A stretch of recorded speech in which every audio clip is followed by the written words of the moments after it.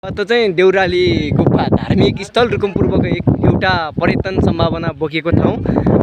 देउराली गुफामा जाने अब यहाँबाट सुरु हुन्छ। यता बाटो यो हो। अब यसलाई चाहिँ स्थानीय सरकारले चाहिँ अब केही परिमार्जन गरेर बजेट व्यवस्थापन गरेर यहाँ चाहिँ एउटा सिडीको व्यवस्थापन गर्नुपर्ने देखिन्छ। यहाँ चाहिँ अब यहाँबाट सुरु हुन्छ। यहाँ थोरै थोरै सानो व्यापार पनि चलिरहेको छ। यो चाहिँ स्थानीय केरा एकदमै एकदम अर्ग्यानिक। त्यहाँ फेरि नन अर्ग्यानिक पुरा चटपटी अनि पानीपुरी त्यता त्यसको छ। जाऊ हामी तल जान्छौँ।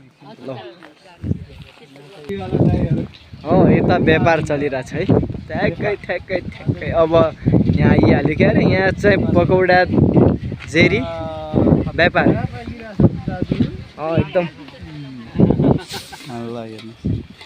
जेरी एकदम यो मिठो जेरी अर्ग्यानिकदेखि नन अर्ग्यानिकसम्म पाइन्छ। सबै कुरा पाइन्छ यहाँ।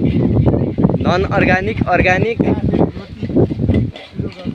यता सबै कुरा पाइन्छ। यहाँ पकौडा पनि पाइन्छ, चटपटे पाइन्छ।